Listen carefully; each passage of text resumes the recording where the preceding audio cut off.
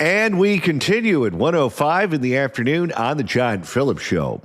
Mr. Randy Wings in Los Angeles County.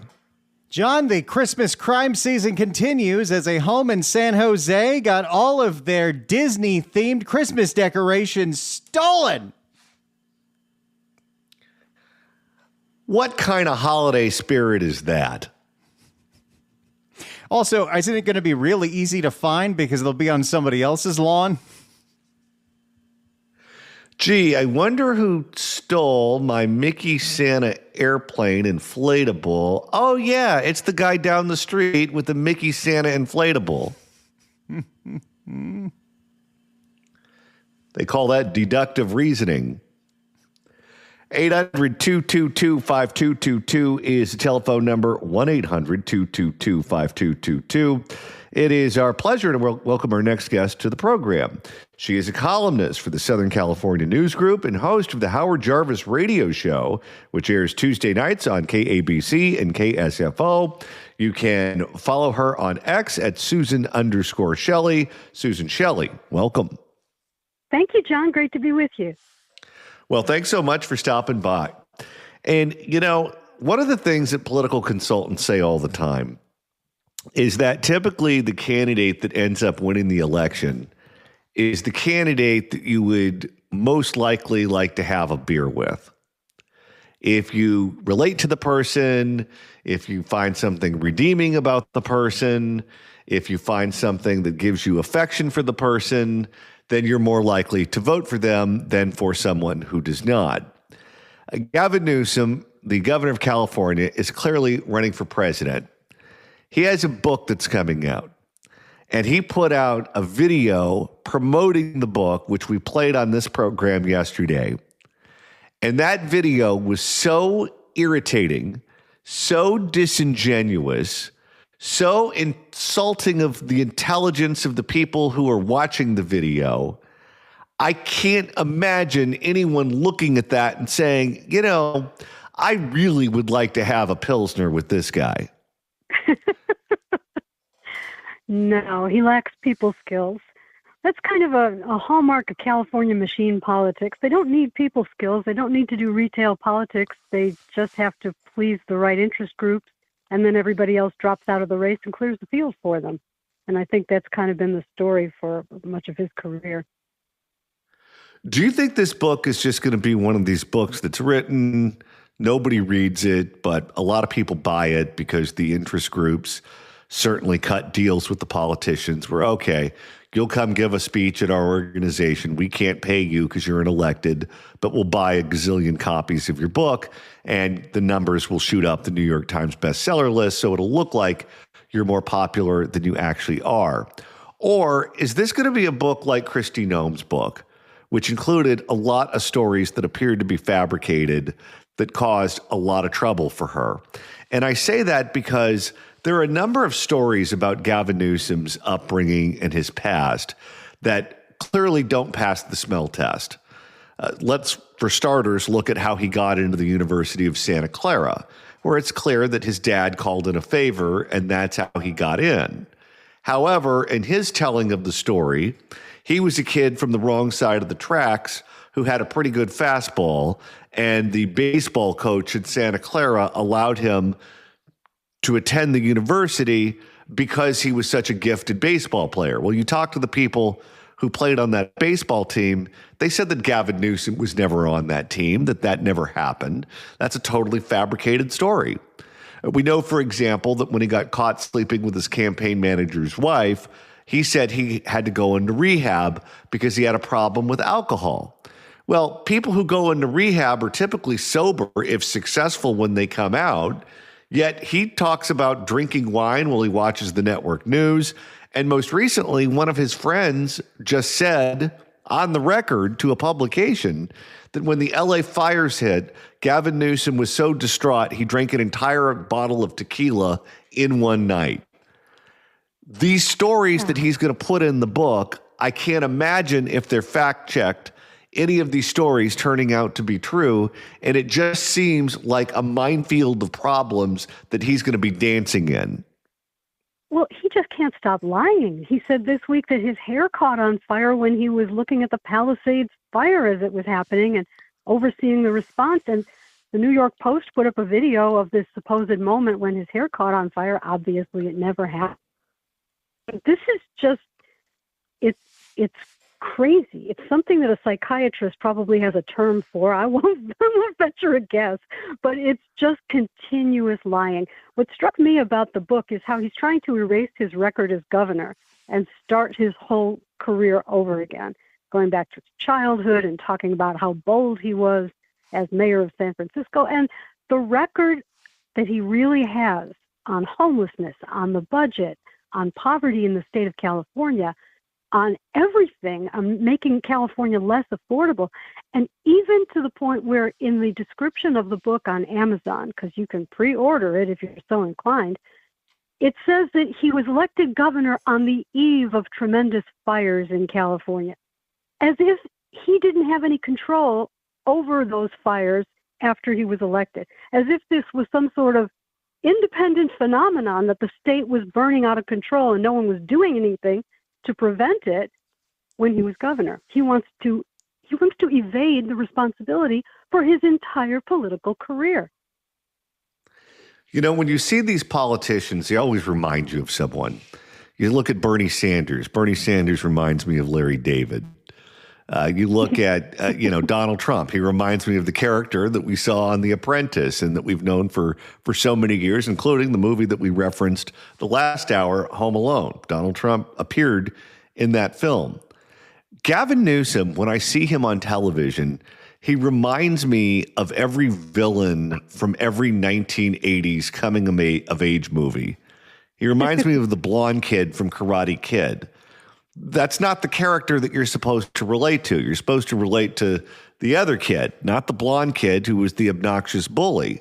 And Gavin comes across as an arrogant, obnoxious bully. And I just don't know who the audience is for that.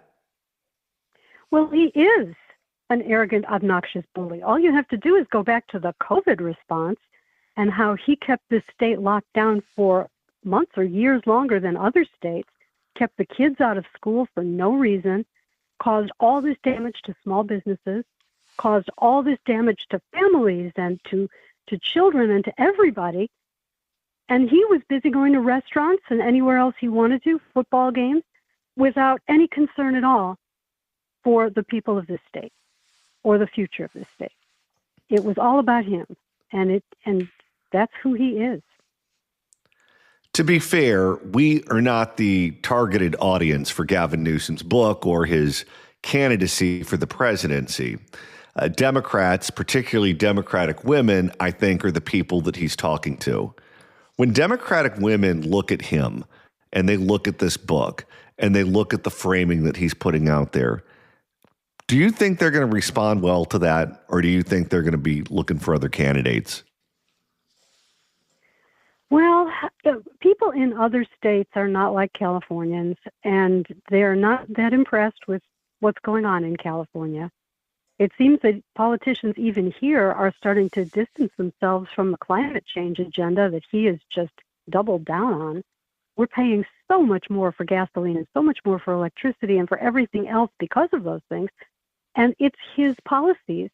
We have refineries closing because of his policies. We have problems in this state because of his policies. I don't think the rest of the country wants what California has. And after 2 terms, he's fully responsible for it. Here's what worries me. I think for whatever reason, the failures of California, the failures of Gavin Newsom, the failures of the Democratic majority, they translate to people like us. I don't know. And to a certain extent, they translate to Democrats who live here because they have to deal with all of this too. They just hate Donald Trump so much. If you're a candidate that's wrecked their state, but you hate Donald Trump too, they're just willing to overlook a lot of it. But take that woman who's now the podcaster that they're all obsessed with, the woman from Bravo, the interior decorator, Jennifer Welch. If you were to go to her and you were to say, California, is it a success story or is it a basket case? I bet you almost anything she would say it was a success story. Yeah. Where does she live? Well, it used to be She's here. Oklahoma, but I think she's in New York now. Well, a safe distance, California may look fine. I don't know, but I really don't think so.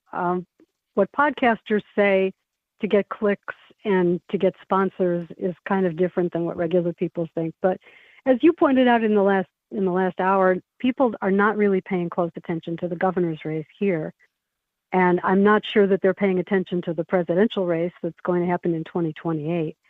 So it's all very preliminary. But the wider historical view is that Democrats from California don't get elected president because they're too liberal for the rest of the country. Conservatives, Republicans from California, like Reagan, like Nixon, did very well on a national ticket.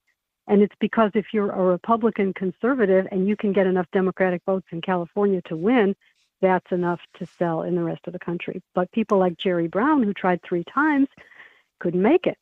And Gavin Newsom is not as talented as Jerry Brown. So I really think he's got his work cut out for him trying to sell himself to the rest of the country.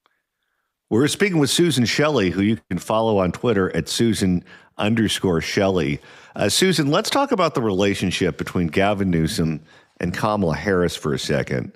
Because in Kamala Harris's book, she included an anecdote about calling Gavin Newsom, giving him a courtesy call after Joe Biden announced that he was dropping out of the race and endorsing her. She called Gavin Newsom to ask him for his endorsement because she was planning on becoming a candidate for the presidency of the United States. When she called him, he sent her to voicemail and wrote back in a text message, hiking, period, call back later, period. Well, she found that to be incredibly insulting from someone that she has known for a very long time, who also was an elected official from her home state of California. It bothered her so much, she included that in her book, which she had a choice to do. She could either include it or not include it. She chose to put it in there to let you know just exactly what kind of guy Gavin Newsom is. Well, when Gavin Newsom found out that that anecdote was in the book, he was upset that she included it in the publication. So he called her to talk to her about it. That's when she returned the favor. She sent him to voicemail, and she responded with a text message, on the book tour, period. Call back later, period. It seems to me like two people who treat each other like that aren't what you would describe as friends. You know, it sounds like an episode on a reality show, doesn't it? They're survivors on the island, and they're just looking to get each other kicked off. So the end of the Biden administration was like that in general, because if you recall, Gavin Newsom was a spokesperson for Biden and went to the debate where Biden melted down and talked about how well he did. And he clearly wanted to be the next Democratic nominee. And Kamala Harris jumped on it quickly, got the money transferred to her own account, and she was it. She got everybody on the phone, and she got herself the nomination. And clearly, the method by which that happened was not what Gavin Newsom thought was going to happen. And he did not win that round. But the game isn't over because they're both circling the 2028 nomination now, and it's going to be colorful, to say the least. I'll tell you what all of this tells me. If she gets in the race and ends up running against him, those two are going to get very nasty with one another, which is funny because they've both taken great pains to avoid running against each other all throughout their careers. Even though they're roughly the same age, they were coming up through San Francisco politics around the same time. The plum jobs don't open up all that often, so usually you have what otherwise would be Democratic allies bumping heads, fighting for the same jobs. They made sure to never do that. And now it looks like their worlds may finally collide, but collide on the biggest scale possible. It's very Shakespearean, isn't it? They're just heading for this giant confrontation at the highest levels of power. and only one of them can end up at the top. And honestly, I think while they're having this fight, the Republicans are going to win the White House again. That's what I think is going to happen.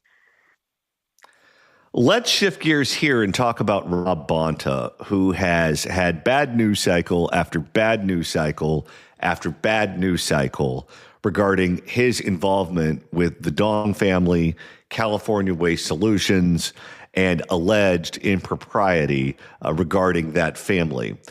He had to spend $500,000 of his own money, of his own campaign money, on a white-collar criminal defense attorney to represent him when he spoke to the FBI as a witness, and he said it was also potentially as a victim, although the FBI has not confirmed any of that.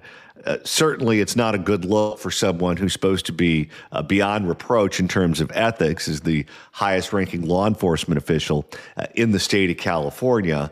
There was a complaint filed against him with the Fair Political Practices Commission. That commission usually comes back with a ruling lickety-split, but in the case of Bonta, it's taking forever for them to come out with a ruling, which leads us to believe they're looking at a lot of different aspects of that complaint and those allegations. Certainly, you don't want to be associated with any of this if you're an attorney general or involved in law enforcement in any way, shape, or form. Yet it also doesn't look like it's slowing his roll, where he is giving interviews saying that people are encouraging him to run for governor, and he's thinking the time might be right to jump in. What do you make of what we're seeing from him? I think it might be about fundraising, because if you're running for governor, it's probably easier. If people think you might be in charge, it's probably easier to raise money. Clearly, he has spent a lot of his campaign money already, $500,000 nearly on these lawyers. And it sounded, from what he told Ashley Zavala at KCRA in an interview, it sounded like they were responding to letters of inquiry or a subpoena or something with great detail. He mentioned going through all his electronic devices to find documents and correspondence, and probably to redact things before they were turned over. So that's why you would need these very expensive lawyers around the clock to do that kind of work. This is all part of the bribery investigation involving Sheng Tao and the Dongs. And so what exactly was he doing, and what exactly could he have been blackmailed over? It doesn't sound like the foundation for a race for governor to me. So the fact that he's publicly flirting with it, I wonder if it's just fundraising. He also claimed that his involvement in that case is over, and he doesn't expect to be spending any more of his campaign cash on attorneys or testifying in front of the FBI again. When I asked the audience about that, no one seemed to believe it. No one is buying into that. Well, the FBI won't tell us, so he can say whatever he wants, and they won't say it's true or it's not true because it's on ongoing investigations. So there's also a question of whether Gavin Newsom has any involvement in any of that. It's just not clear where that's going or when it's going to happen. But it could detonate right in the middle of the governor's race, and I don't know if Rob Bonta wants to be a candidate in the governor's race, if that's a possibility. Susan Shelley, columnist for the Southern California News Group and host of the Howard Jarvis Radio Show, which airs Tuesday nights on KABC and KSFO. And you're also collecting signatures to protect Prop 13. If people want to help out with that, how can they do that? They can go to saveprop13.com and download the official petition, print it right at home, or click the button to fill out the form to have it mailed to you. And then you just fill it out, sign it, and mail it back, saveprop13.com. And I already did that and got some of my friends to sign it as well. Susan Shelley, you do great work. Thanks so much for stopping by. Thank you, John. It's the John Phillips Show. 800-222-5222 is the telephone number. 1-800-222-5222. If you'd like to email the show, you can do so at johnnydon'tlikeshow@gmail.com. That's johnnydon'tlikeshow@gmail.com. And Randy, you're monitoring the mailbag. Did I say we had an email? You know what I did? I looked at the old text message. You mean the one from 45 minutes ago where you ignored it? That's right. Well, let's read that email. Why not? I can remember it. Chuck writes in at johnnydontlikeshow@gmail.com. Happy Woo Wednesday, guys. Of course, Newsom would want Bonta as his AG if Newsom had a third term. Bonta is the firewall between Gavin Newsom and prison. Don't get too upset if I ignored you, because when the stewardesses tell me to put the seatbelt on, sometimes I don't hear that too. When I text you and you forget about it, I get it because I forget texts the second I read them. The funniest is when I say in your headphones right before we go on the air, email, and you completely forget. Imagine giving me directions in the car. And if you want to go back and find out just exactly what yesterday's show sounded like, because we got a lot of email about yesterday's show, Randy, that's easy to do. All you got to do is search for The John Phillips Show wherever you get your podcasts. That could be the Apple Podcast app, iHeart, Spotify. Search for The John Phillips Show. Hit subscribe. You can download all the episodes. You can do a Google on the YouTube. You can get the free KABC app. You can get the free KSFO app. Get the KMJ Now app because we're on that station in the Central Valley Saturdays at 2. Look at that. But anyway, you download those apps, you download the podcast. You have so many different ways to listen live and download the podcast of these shows, because where else are you going to get this insightful, smart conversation like when we compare London Breed, wow, this is really nice, to Huell Hauser? Oh, this is amazing. Well, let me just put it this way. If you listen to the podcast of yesterday's show, please don't send us pictures of your feet. Don't do that. See, John, I actually blocked that whole segment out of my head. Well, that was traumatizing. Just wait until people start listening to the podcast, and then you're going to be traumatized all over again. Maybe we can tell them to listen to something else. Right now, it's time to open up the California Crime Blotter. It's happened yet again. I see. Time for the California Crime Blotter. And Randy, this edition takes us to San Jose, where someone stole a bunch of Disney-themed Christmas decorations. For more, here's KPIX in the Bay. Is on edge after security cameras catch two masked men casing a condominium, and it is not the first time. Nope, that's not the right story. This is it. All right, we are fully in the holiday season now. There's Christmas lights everywhere, music, parties, all kinds of celebrations. While it's usually full of warmth and cheer, there's also the occasional Scrooge, and that happens. We knew. Okay, we were 10 seconds into the story, and we got our first Christmas pun. You can't do a Christmas crime story without those. Although if you're stealing Christmas decorations, aren't you more of a Grinch than a Scrooge? That's true. Scrooge just wouldn't have spent the money on the decorations. He would have just walked up to it and said, "Bah humbug, good afternoon." While it's usually full of warmth and cheer, there's also the occasional Scrooge, and that happens to be the case in the South Bay. Police and people in a San Jose neighborhood say that the Grinch is ruining their... Okay, there it is. Okay, you got two of them. Look, it's the end of the year. Everyone's checked out. We're all just enjoying ourselves. Police and people in a San Jose neighborhood say that the Grinch is ruining their Christmas spirit after stealing their Disney-themed decorations. One family caught the person that they think was... Really, Mickey's got to be on everything. You know what's funny? I have Mickey Christmas decorations in my front yard. And when I was gone this weekend, someone removed it. They didn't steal it, though. They just removed it from the yard and put it on the walkway. And why would they do that? I'm not sure. No one here seems to like me, so there could be a number of different explanations for that. One family caught the person that they think was behind it on their Ring camera. They say instead of a visit from Santa in the middle of the night, they were... Okay, there we go. We're 27 seconds into this story, and we've got our third Christmas pun. Oh, give it time. I'm sure there will be more. Instead of a visit from Santa in the middle of the night, they were surprised by the thief taking off with more than $1,000 worth of lawn figurines. Okay, this person might have a problem. You think so? $1,000? $1,000 for Disney-themed lawn figurines so you can brag that you have the most Disney-fied house in the neighborhood. I'm not saying there's anything wrong with it. I'm just saying they might have a problem. How Chevy Chase of them. Taking off with more than $1,000 worth of lawn figurines. Amanda Harry talked to the family who says they want to warn others in that neighborhood. How much of those blow up Santa Mickeys? Like $30? No, I think mine was like 100.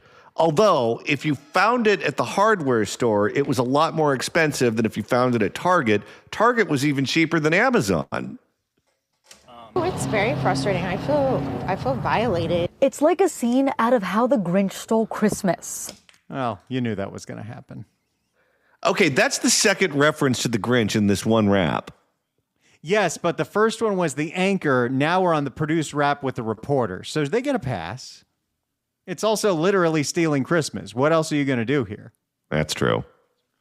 It's like a scene out of How the Grinch Stole Christmas. A man comes up and grabs a bunch of the large figurines off of the Steele family's lawn in the middle of the night. Amanda Steele thinks he was looking for specific ones. But they only took our Disney stuff. We had 6 Disney items. Their Ring camera caught They didn't take any of the nondescript Christmas crap, just the Disney stuff.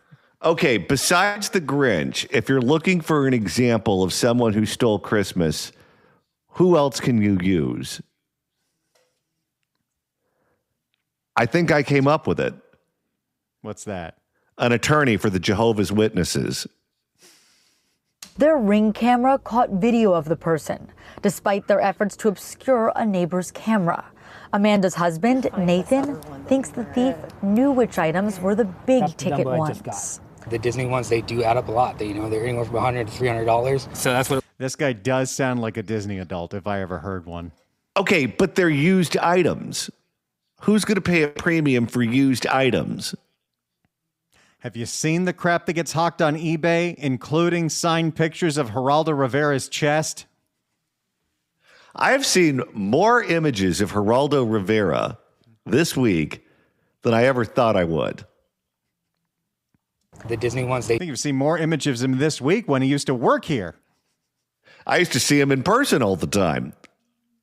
But not shirtless. No. The Disney ones, they do add up a lot. They're anywhere from $100 to $300. So that's what it looked like before. A photo. $300 for a lawn figure just seems like overkill. Well, that's in line with Disney. They just take you to the cleaners every opportunity they have. And people are constantly waiting for more. So that's what it looked like before. And you know what, Randy? What's that? They don't own us anymore, so we could be honest. I never worked here when we were part of Disney. I never got the chance to have the silver pass. That might have been nice. Oh, I did. And you know what was real fun? Had it and he hated it. Yeah. Well, try being sued by a serial killer when the Walt Disney Company is representing you. I had to go through that. So that's what it looked like before. A photo shows the lawn completely filled with light-up holiday decorations. Now, it's much more sparse. Did they even say if this couple has kids? That's a good question. So we had, most of our Disney decorations are on the lawn here. We had Eeyore over here. Then we had my favorite, which was the hot rod with Minnie and Mickey. We just got Dumbo that night, just put together. That was our new one of the year, and it got stolen that night. I don't know if they have kids. They haven't referenced the kids yet. And usually, if you're doing a report like this, wouldn't you say that the kids were distraught over the fact that their decorations are gone? I don't think the kids care about Eeyore. Kids probably don't even know who Eeyore is. Nathan puts a lot of effort. He's the personification of suicidal depression. Nathan puts a lot of effort into this display. Hours to put it up and years collecting it all. He says his neighbors do too. They do it for the kids. And it's something. Which kids? Their kids or other kids? And it's something they couldn't afford growing up. We grew up both, me and my neighbor, poor, and we just decided, we can do it now, and the kids love it, so that's what it's all about. The Steele family. But whose kids. It's very possible they have kids. They just haven't been referenced yet in the story. And I know one too many Disney adults in Southern California. I'm going to go out on a limb and say they actually have them. The Steele family doesn't expect to get their decorations back, but they want to warn others. That's when they noticed a trend. I initially posted it on Ring, and within... Oh, she's one of those. They just check all the boxes, don't they? When you get the Ring camera, it turns out it has its own Nextdoor app on it. And it is full of the exact same people that have the Nextdoor app, except now it has video. I initially posted it on Ring, and within the day I had gotten another post on Ring of somebody so clearly in the same neighborhood that had said the same thing, and it was, I noticed a Disney item as well. They stole their Kanga and Roo. How wild would it be if burglars are going through the neighborhood to steal all the Disney decorations so they can then put them up for their kids in their yard? Maybe their neighborhood has a really good contest going on. And then from there, I had just been checking on Nextdoor and everything too, and that's when I noticed there was a theme that other people were having this same individual coming in and stealing their Disney-themed stuff. We did reach out to San Jose police. They told us the suspect hasn't been identified and is apparently still on the loose. Watch out if you've got Disney crap on your lawn in the South Bay. All right, coming up next, the California Crime Blotter continues. Don't you go anywhere. It's the John Phillips Show. It's the John Phillips Show. 800-222-5222 is the telephone number. 1-800-222-5222.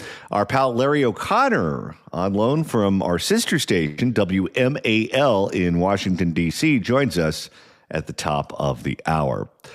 Right now, it's time to reopen the California Crime Blotter. If the cashier is dummy.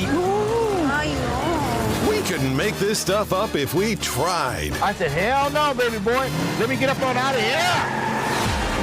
It's the California Crime Blotter. And Randy, this edition takes us to San Diego County. Somebody in Carlsbad went to the bathroom. And when they went in this bathroom, they noticed that there was a camera. Of all the places that you would want to film, the bathroom is where this pervert ended up. There's a lot of creepy San Diego County stories lately between this and the foot thing yesterday.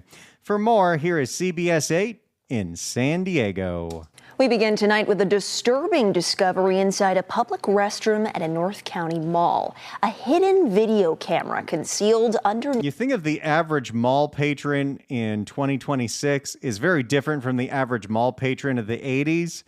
What are they into? Don't ask a question if you don't want to know the answer. A hidden video camera concealed underneath a diaper dispenser. Good evening, I'm Steffi Rowe. It just got worse. Well, if it was in the men's restroom, they could have put the hidden camera next to the tampon dispenser. Good evening, I'm Steffi Roche. I'm Carlo Cicchetto. CBS 8's Richard Allen is on our top story. He talked to the man who discovered this device. And Richard, what can you tell us about the police investigation that's now underway? Well, that's right, you guys. Now, that man who happened to find that hidden camera inside a unisex restroom says he wants to get the word out to warn others to always be vigilant. So now every time we've got to use the can, we've got to check everywhere for hidden cameras? I just thought we had to check for scabies. I feel like this person would deserve prison time for this. It's California, dude.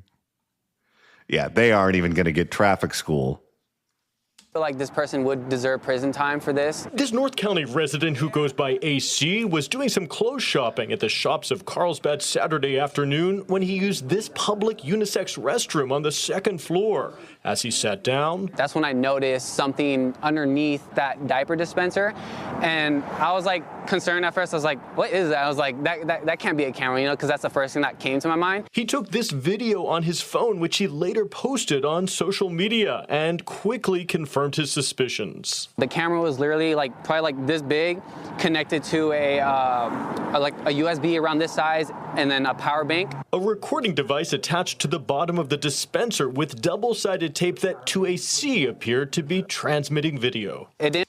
And this guy was, watching a 24-hour live feed of people who needed to use a mall bathroom? And it sounds like they didn't even bother to conceal it. It didn't look something that was recording in there. It looked like it was something that was most likely wireless. So either they could have been on their phone, laptop, here in the parking lot, or even at home. Maybe they're on Wubby's Twitch channel. Could be. AC says he quickly contacted mall security and then called Carlsbad police. Police confirmed they collected the device as evidence, took a report, and have at this point forwarded the case to department detectives to carry out a follow-up investigation. Who knows if he has more devices that he's just planting in there until he gets caught. AC says Does he have any in Legoland? Okay, if the mall cops are leading this investigation, if they turn this over to Kevin James, you think they're ever going to catch this guy? AC says he would like to press charges against whomever was responsible for planting that camera. Well, first they have to get caught, but that would be great.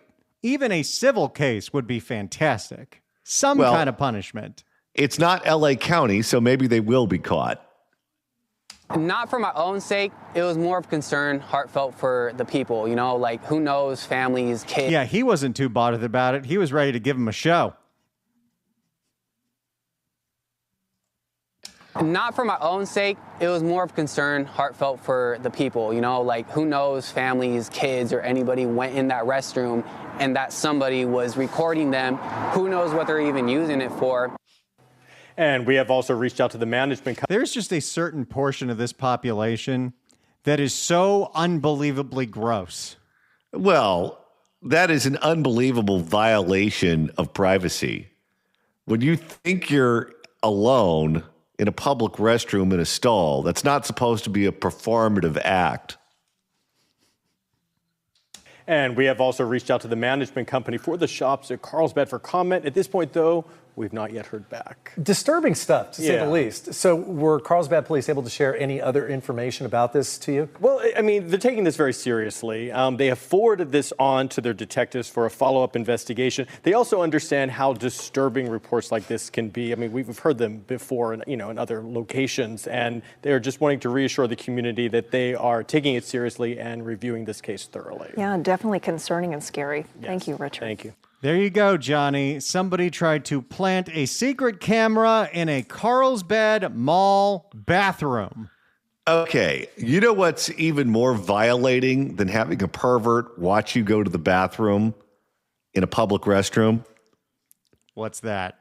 If they catch this guy, they're going to have to show that video of you going to the bathroom in front of 12 jurors and the alternates. That's the evidence that's going to seal the deal, huh? Just think about it, Randy. Had you got picked for the jury, that could be your trial. Oh, boy. I would have had so much trauma to look forward to.